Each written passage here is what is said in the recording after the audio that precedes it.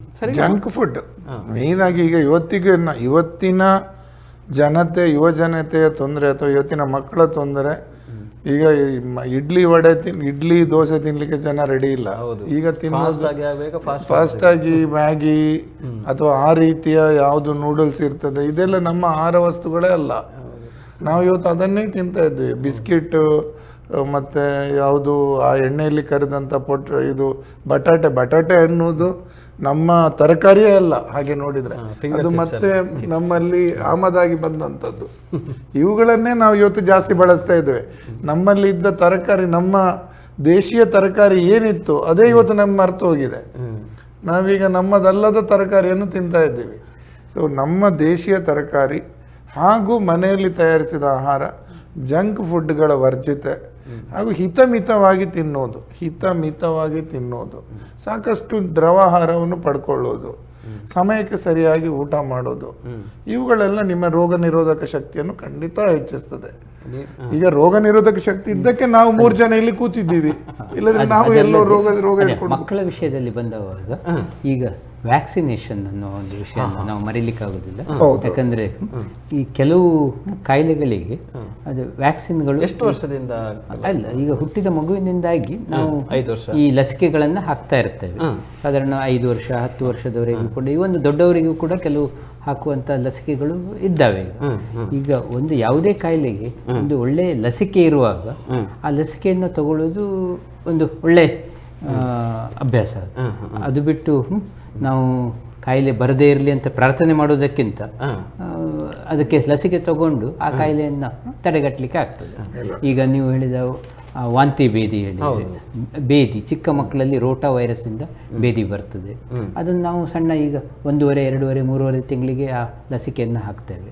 ಅವಾಗ ಅದರಿಂದ ಬರುವ ಭೇದಿಯನ್ನು ನಾವು ನಿಲ್ಲಿಸಿದಾಗ ಆಯಿತು.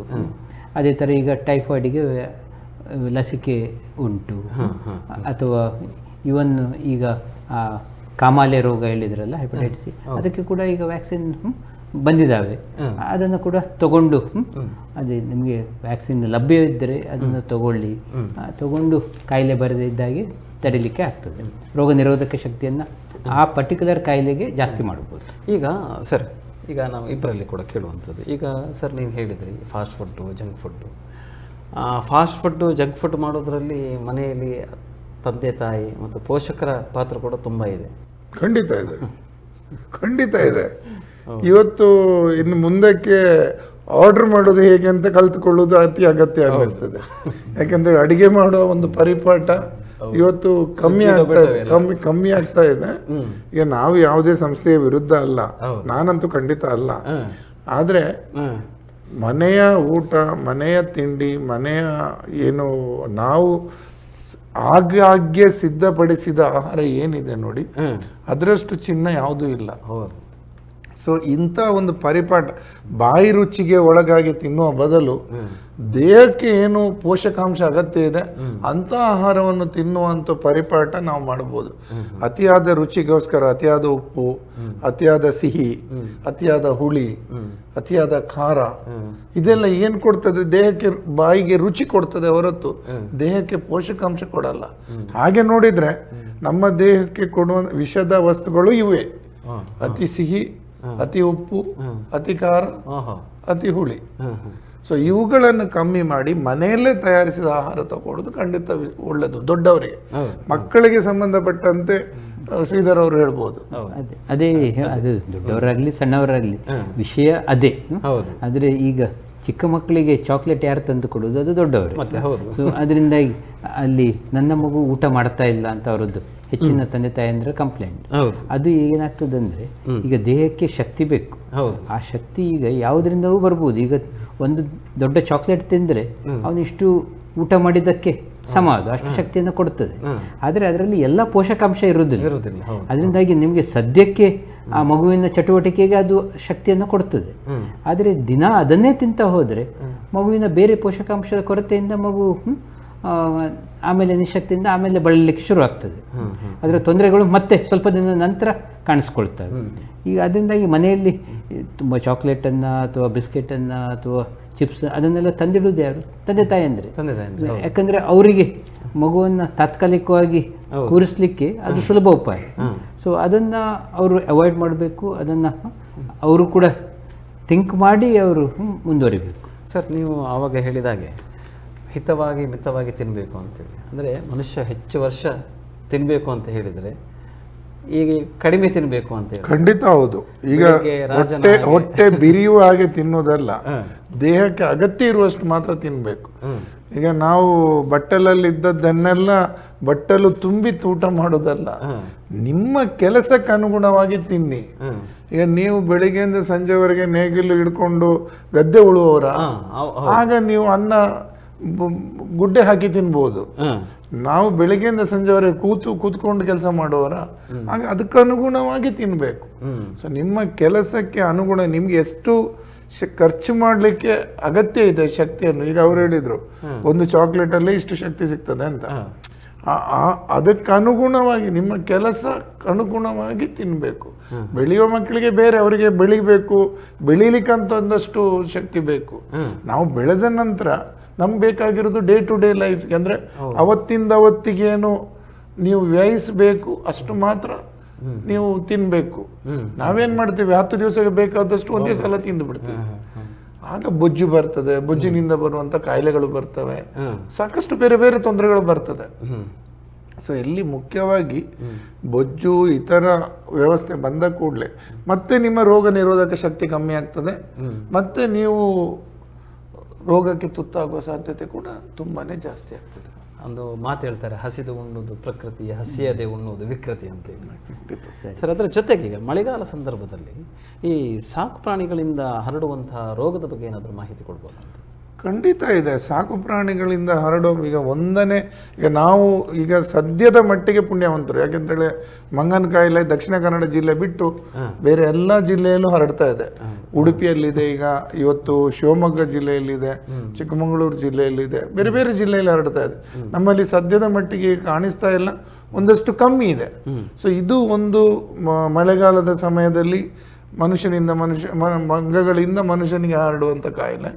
ಇದು ಬಿಟ್ರೆ ಮತ್ತೆ ಇಲಿಗಳಿಂದ ಬರುವಂತ ಇಲಿ ಜ್ವರ, ಇದು ಹೆಚ್ಚಾಗಿ ನಾವು ಯಾವಾಗ ನೋಡ್ತೇವೆ ಅಂತ ಹೇಳಿದ್ರೆ, ದೊಡ್ಡ ಮಟ್ಟದ ನೆರೆ ಬಂದು ಹೋದ್ರೆ ಅಥವಾ ತುಂಬಾ ಜೋರಾದ ಮಳೆ ಬಂದು ಬಿಲಗಳಲ್ಲಿರುವ ಇಲಿಗಳು ಹೊರಗಡೆ ಬಂದು ಅವುಗಳ ಮೂತ್ರ ನೀವು ಕುಡಿಯುವ ನೀರು, ನೀವು ಸ್ನಾನ ಮಾಡೋ ನೀರಿನ ಜೊತೆ ಮಿಶ್ರಣಗೊಂಡ್ರೆ ಅದರ ಮೂತ್ರದಲ್ಲಿರುವಂಥ ಬ್ಯಾಕ್ಟೀರಿಯಾ ನಮ್ಮ ದೇಹವನ್ನು ಸೇರಿಕೊಂಡ್ರೆ ಇಲಿ ಜ್ವರ ಬರ್ತದೆ. ಸೊ ಈ 2 ರೋಗ ನನ್ನ ಮಟ್ಟಿಗೆ ಗುರುತಿಸುವಂಥದ್ದು, ಮತ್ತು ಇನ್ನೂ ಹಲವಾರು ಇದೆ. ಸರ್, ಈಗ ಮಂಗಳೂರಿಗೆ ಬೇರೆ ಜಿಲ್ಲೆಗಳಿಂದಲೂ ಕೂಡ ರೋಗಿಗಳು ಬರ್ತಾರೆ. ಹೀಗಿರುವಾಗ ಮಂಗಳೂರಿನ ವೈದ್ಯಕೀಯ ವ್ಯವಸ್ಥೆ ಈ ರೋಗಿಗಳ ಶುಶ್ರೂಷೆಯಲ್ಲಿ ಯಾವ ರೀತಿಯ ಕ್ರಮಗಳನ್ನು ಕೈಗೊಳ್ತದೆ ಅಂತ ಹೇಳಿ? ವೈದ್ಯಕೀಯ ಮೆಡಿಕಲ್ ಕಾಲೇಜಲ್ಲಿ ಸರ್ ಈಗ ಅದೇ ನಮ್ಮಲ್ಲಿ ಆ ಮಟ್ಟಿಗೆ ನಾವು ದಕ್ಷಿಣ ಕನ್ನಡದವರು ಅದೃಷ್ಟವಂತರಂತಲೇ ಹೇಳ್ಬೋದು. ಯಾಕಂದರೆ ಇಲ್ಲಿ ಇಷ್ಟೊಂದು ಮೆಡಿಕಲ್ ಕಾಲೇಜುಗಳಿದ್ದಾವೆ. ಅದರಿಂದ ಮೆಡಿಕಲ್ ಕಾಲೇಜುಗಳು ಇರುವುದರಿಂದಾಗಿ ಇಲ್ಲಿ ಅತ್ಯಂತ ಕಡಿಮೆ ದರದಲ್ಲಿ ಒಳ್ಳೆಯ ಚಿಕಿತ್ಸೆ ಸಿಗ್ತಾ ಇದೆ.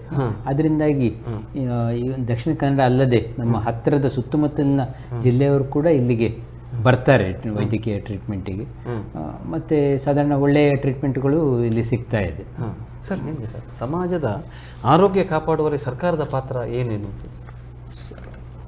ಆರೋಗ್ಯ ಕಾಪಾಡುವಲ್ಲಿ ಸರ್ಕಾರದ ಪಾತ್ರ ಖಂಡಿತ ಇದೆ. ಅದರ ಜೊತೆ ಸಾರ್ವಜನಿಕರ ಪಾತ್ರ ಕೂಡ ದೊಡ್ಡದಿದೆ. ಈಗ ಸಾರ್ವಜನಿಕರ ಪಾತ್ರದ ಏನ್ ಮಾಡಬೇಕು? ಸರ್ಕಾರ ಅಂದ್ರೆ ಏನು? ಸಾರ್ವಜನಿಕರೇ ಸರ್ಕಾರ. ಸಾರ್ವಜನಿಕರಲ್ಲಿ ಒಬ್ಬರನ್ನು ಚುನಾಯಿಸಿ ನಾವು ಸರ್ಕಾರ ಮಾಡೋದೇ ಹೊರತು ಸರ್ಕಾರ ಎಲ್ಲೋ ಬೇರೆ ಕಡೆಯಿಂದ ಬಂದಿದ್ದಲ್ಲ. ನಿಮ್ಮಲ್ಲೇ ಒಬ್ರು ಸರ್ಕಾರ ಆಗಿದ್ದಾರೆ. ಸೊ ಸರ್ಕಾರದ ಪಾತ್ರ ಏನು ಅಂತ ಹೇಳಿದ್ರೆ, ಮೊದಲಿಗೆ ಗುಣಮಟ್ಟದ ಆಹಾರ ಒದಗಿಸುವಲ್ಲಿ ಕಾನೂನುಗಳನ್ನು ಮಾಡುವುದು, ಹಾಗೂ ಜನರಿಗೆ ಅದರ ಬಗ್ಗೆ ಅರಿವು ಕೊಡುವುದು, ಯಾವ ಆಹಾರ ತಿನ್ಬೇಕು ಅದೆಲ್ಲ ಈಗ ನೀವು ಮಾಡ್ತಾ ಇದ್ದೀರಿ. ಇವತ್ತೀಗ ಶ್ರೀಧರ್ ಅವ್ರು ಬಂದಿದ್ದಾರೆ, ನಾನು ಬಂದಿದ್ದೇನೆ, ನಾವು ಹೇಳ್ತಾ ಇದ್ದೀವಿ. ಸೊ ಇದನ್ನು ಪಾಲಿಸಬೇಕು. ಇವತ್ತು ಕೇಳಿಕೊಂಡು ಹೋಗಿ ನಾಳೆ ಬೆಳಿಗ್ಗೆ ಮತ್ತೆ ನೀವು ಎಣ್ಣೆಯಲ್ಲಿ ಕರೆದ ಚಿಪ್ಸ್ ಅನ್ನು ತಂದು ತಿಂದ್ರೆ ನಾವು ಹೇಳಿದೆಲ್ಲ ಖಂಡಿತ. ಸೊ ಸರ್ಕಾರ ಎಲ್ಲೂ ತಪ್ಪು ಮಾಡ್ತಾ ಇಲ್ಲ. ಸರ್ಕಾರ ಈಗ ಪ್ರತಿ ಮನೆಗೆ ಹೋಗಿ ಜನರಿಗೆ ಮಾಹಿತಿ ಕೊಡ್ತಾ ಇದೆ. ಇವತ್ತು 30 ವರ್ಷ ಮೇಲ್ಪಟ್ಟ ಪ್ರತಿಯೊಬ್ಬ ವ್ಯಕ್ತಿದ್ದು ನಮ್ಮ ಭಾರತ ದೇಶದಲ್ಲಿ 45% ಜನರು 30 ವರ್ಷದಿಂದ ಮೇಲ್ಪಟ್ಟವರು. 45, ನಮ್ಮ ಜನಸಂಖ್ಯೆಯ 45% 30 ವರ್ಷದಿಂದ ಮೇಲ್ಪಟ್ಟವರು. ಈ 45% ಜನರು ಏನಿದ್ದಾರೆ ಅವ್ರದ್ದು ಎಲ್ಲರದ್ದು ಉಚಿತವಾಗಿ ರಕ್ತ ಪರೀಕ್ಷೆ ಮಾಡುವ ವ್ಯವಸ್ಥೆ ಇದೆ. ಉಚಿತ ಅವರ ಶುಗರ್ ಪರೀಕ್ಷೆ ಮಾಡ್ತೇವೆ. ಅದೇ ರೀತಿ ಅವರು ಯಾವುದೇ ಪ್ರಾಥಮಿಕ ಆರೋಗ್ಯ ಕೇಂದ್ರಕ್ಕೆ ಹೋಗಿ, ಯಾವುದೇ ನೀವು ಸಬ್ ಸೆಂಟರ್ ಅಂತ ಉಪ ಆರೋಗ್ಯ ಕೇಂದ್ರಕ್ಕೆ ಹೋಗಿ ಅಲ್ಲಿ ಮಾಡ್ತಾರೆ. ಉಪ ಕೇಂದ್ರಕ್ಕೆ ಹೋದ್ರು ಅಲ್ಲಿ ಮಾಡ್ತಾರೆ. ಅಲ್ಲಿ BP ನೋಡ್ತಾರೆ. BP ಅಂತ ಹೇಳಿದ್ರೆ ರಕ್ತದೊತ್ತಡ ನೋಡ್ತಾರೆ. ಸೊ ಈ ಎರಡೂ ವ್ಯವಸ್ಥೆ ಉಚಿತವಾಗಿ ಇರ್ತದೆ. ಒಳ್ಳೆಯ ಮಾಹಿತಿ. ಅಷ್ಟೇ ಅಲ್ಲ, ಈ ಒಂದು ವೇಳೆ ನಿಮಗೆ ಮಧುಮೇಹ ಕಾಯಿಲೆ ಇದೆ ಅಥವಾ ಸಕ್ಕರೆ ಕಾಯಿಲೆ ಇದೆ ಅಂತ ಆದ್ರೆ ಅದಕ್ಕೆ ಔಷಧಿನೂ ಉಚಿತ ಇರ್ತದೆ. ಅದೇ ರೀತಿ ಅಧಿಕ ರಕ್ತದೊತ್ತಡ ಇದೆ, ಅದಕ್ಕೂ ಔಷಧಿ ಉಚಿತ ಇರ್ತದೆ. ಸೊ ಸರ್ಕಾರ ಮಾಡ್ತಾ ಇದೆ, ಆದ್ರೆ ಜನ ಬಂದು ಅದರದ್ದು ಪ್ರಯೋಜನ ಪಡ್ಕೊಳ್ಬೇಕು. ಸೊ ಇದು ಎರಡು ಮುಖ್ಯವಾದ ವಿಷಯ. ಆದ್ರೆ ಮೂರನೇದು ಈಗ ರಕ್ತಹೀನತೆಯ ಬಗ್ಗೆ, ಅದರ ಬಗ್ಗೆ ಪರೀಕ್ಷೆಗಳಿದೆ. ಪರೀಕ್ಷೆಯಲ್ಲಿ ಗೊತ್ತಾಯ್ತು ರಕ್ತಹೀನತೆ, ಉಚಿತ ಔಷಧಿ ಇದೆ. ಇದಲ್ಲದೆ ಎಲ್ಲಾ ರೋಗಗಳಿಗೆ, ಈಗ ಮಲೇರಿಯಾಕ್ಕೆ 100ಕ್ಕೆ 100 ಉಚಿತ ಔಷಧಿ ಇದೆ. ಜ್ವರದ ಔಷಧಿ ಲಭ್ಯ ಇದೆ. ಆದ್ರೆ ಜನ ಕೂಡ ಬರ್ಬೇಕು. ಒಂದು ವೇಳೆ ಅವರಿಗೆ ಸರ್ಕಾರಿ ಆಸ್ಪತ್ರೆ ಬರುವ ಮನಸ್ಸಿಲ್ಲ ಅಂತ ಹೇಳಿದ್ರೆ ಖಂಡಿತ ನಮ್ಮ ದಕ್ಷಿಣ ಕನ್ನಡ ಜಿಲ್ಲೆಗೆ ಸಂಬಂಧಪಟ್ಟಂತೆ ನಮ್ಮಲ್ಲಿ ಸಾಕಷ್ಟು ವೈದ್ಯಕೀಯ ಕಾಲೇಜ್ ಇದೆ. ಅವರು ಕೂಡ ಮಿತವಾದ ದರದಲ್ಲಿ ಖಂಡಿತ ಚಿಕಿತ್ಸೆ ನೀಡ್ತಾ ಇದ್ದಾರೆ. ಸೊ ನಮ್ಮಲ್ಲಿ ವೈದ್ಯಕೀಯ ಚಿಕಿತ್ಸೆಗೆ ಸರ್ಕಾರದಿಂದ ಎಲ್ಲಾ ವ್ಯವಸ್ಥೆ ಇದೆ. ಖಂಡಿತ ಯಾವುದೇ ತೊಂದರೆ ಇಲ್ಲ. ಸಾರ್ವಜನಿಕರು ಅದನ್ನು ಬಳಸ್ಕೊಳ್ಬೇಕು. ಹಾಗೂ ಅವರು ತಮ್ಮ ಆರೋಗ್ಯವನ್ನು ಕಾಪಾಡುವಲ್ಲಿ ಒಂದಷ್ಟು ಯೋಚಿಸಬೇಕು. ಹೌದು, ಸರ್ಕಾರವು ಕೊಡುವಂತ ಕಾನೂನು, ಆ ಕಾನೂನನ್ನು ಪಾಲಿಸುವಂತ ಕರ್ತವ್ಯ ಪ್ರತಿಯೊಬ್ಬ ನಾಗರಿಕನ ಪ್ರಜೆಯ ಕರ್ತವ್ಯ. ಈಗ ನೋಡಿ, ಶ್ರೀಧರ್ ಅವರು ಹೇಳಿದ್ರು ವ್ಯಾಕ್ಸಿನ್ ಇದೆ. ಈಗ ನಾವು ಎಷ್ಟೋ ಜನ ಇವತ್ತಿಗೂ ವ್ಯಾಕ್ಸಿನ್ ತಗೊಳ್ಳೋದಕ್ಕೆ ಹಿಂದೇಟ್ ಹಾಕ್ತಾರೆ. ಅದ್ರಲ್ಲಿ ಏನೋ ತೊಂದರೆ ಇರ್ತದೆ, ಅದರಿಂದ ಏನೋ ಹಾಗೆ ಆಗ್ತದೆ, ಈಗ ಆಗ್ತದೆ. ಸೊ ಈಗ ನಾನೆಲ್ಲ ಹೇಳಿದ್ದು, ಅವರೇ ಹೇಳಿದ್ದು ವ್ಯಾಕ್ಸಿನ್ ಇಂದಾಗಿ ತಡೆಗಟ್ಟಬಹುದಾದ ರೋಗಗಳಿದ್ರೆ ವ್ಯಾಕ್ಸಿನ್ ತಗೊಳ್ಳೋದು ತುಂಬಾನೇ ಒಳ್ಳೇದು ಅಂತ. ಸೊ ಎಲ್ಲ ರೀತಿಯಲ್ಲಿ ವ್ಯಾಕ್ಸಿನ್ ಇದೆ. ಮಗು ಹುಟ್ಟಿದ ತಕ್ಷಣ ವ್ಯಾಕ್ಸಿನ್ ಕೊಡ್ತಾರೆ, 1.5 ತಿಂಗಳಿಗೆ ಕೊಡ್ತಾರೆ, 2.5 ತಿಂಗಳಿಗೆ ಕೊಡ್ತಾರೆ, 3.5 ಕೊಡ್ತದೆ, 9 ತಿಂಗಳಲ್ಲಿ ಕೊಡ್ತದೆ, 7 ತಿಂಗಳಲ್ಲಿ ಕೊಡ್ತದೆ. ಎಲ್ಲ ವ್ಯಾಕ್ಸಿನ್ ಕೊಡ್ತಾ ಇದೆ. ಸೊ ವ್ಯಾಕ್ಸಿನ್ ಅನ್ನು ಪಡ್ಕೊಳ್ಬೇಕು. ಆ ಮೂಲಕ ಒಂದಷ್ಟು ರೋಗಗಳನ್ನು, ಇವತ್ತು ಹೆಚ್ಚಿನ ಅಂಶ ವಾಂತಿ ಭೇದಿಯ ಪ್ರಕರಣ ಮಕ್ಕಳಲ್ಲಿ 100ರಲ್ಲಿ 90% ಕಮ್ಮಿ ಆಗಿದೆ ರೋಟಾ ವೈರಸ್ ವ್ಯಾಕ್ಸಿನ್ ಇಂದ. ಸೊ ಇದೆಲ್ಲ ಸರ್ಕಾರ ಮಾಡಿದಂತ ಕ್ರಮಗಳು, ಅದನ್ನು ನಾವು ಪ್ರಯೋಜನ ಪಡಿಬೇಕಾದ್ದು ನಮ್ಮ ಕರ್ತವ್ಯ. ಓಕೆ ಸರ್, ಈಗ ಕಾರ್ಯಕ್ರಮದ ಕೊನೆಯ ಹಂತಕ್ಕೆ ನಾವು ಬಂದಿರುವಂಥದ್ದು. ಮೊದಲಿಗೆ ನಾವು ವಿದ್ಯಾರ್ಥಿಗಳ ಬಗ್ಗೆ ಮಾತಾಡಿದ್ವಿ, ಒಂದಿಷ್ಟು ರೋಗಗಳ ಬಗ್ಗೆ ಮಾತಾಡಿದ್ವಿ, ಮಕ್ಕಳ ಬಗ್ಗೆ ಮಾತಾಡಿದ್ವಿ, ಮತ್ತು 30 ವರ್ಷದವರ ಮೇಲೆಗೂ ಏನೆಲ್ಲ ಉಚಿತ ತಪಾಸಣೆ ಇದೆ ಅದರ ಬಗ್ಗೆ ಮಾತಾಡಿದ್ವಿ. ಈಗ ಹಿರಿಯ ನಾಗರಿಕರಿಗೆ ಏನಾದರೂ ಒಂದು ಖಂಡಿತ ಇದೆ. ಜಿರಿಯಾರಿಟಿಕ್ ಟ್ರೀಟ್ಮೆಂಟ್ ಅನ್ನೋ ಒಂದು ವ್ಯವಸ್ಥೆಯನ್ನೇ ಸರ್ಕಾರ ಮಾಡಿದೆ. 60 ವರ್ಷ ಮೇಲ್ಪಟ್ಟವರಿಗೆ ಯಾವುದೇ ಆಸ್ಪತ್ರೆಗೆ ಹೋದ್ರೆ ಅವರಿಗೆ ಆದ್ಯತೆ ಮೇಲೆ ಚಿಕಿತ್ಸೆ ನೀಡಬೇಕು ಅನ್ನುವ ಸರ್ಕಾರ ಕಾನೂನು ಮಾಡಿದೆ. ಸೊ ಅವರಿಗೆ ಅದು ಅವರ ಹಕ್ಕು. ಅದು 60 ವರ್ಷ ಮೇಲ್ಪಟ್ಟವರು, ವೃದ್ಧರು ಆದ್ಯತೆಯ ಮೇರೆಗೆ ಯಾವುದೇ ಆಸ್ಪತ್ರೆಯಲ್ಲಿ ಚಿಕಿತ್ಸೆಯನ್ನು ಪಡ್ಕೊಳ್ಬಹುದು. ಇದು ಮೊದಲ ವಿಷಯ. ಹಾಗೆ ಬೇರೆ ಏನಾದರೂ ಕಾಯಿಲೆಗಳು ಬಂದರೆ ಅದಕ್ಕೆ ಸಂಬಂಧಪಟ್ಟ ಔಷಧಿಗಳು ಖಂಡಿತ ಉಚಿತವಾಗಿ ಲಭ್ಯ ಇದೆ. ಓಕೆ.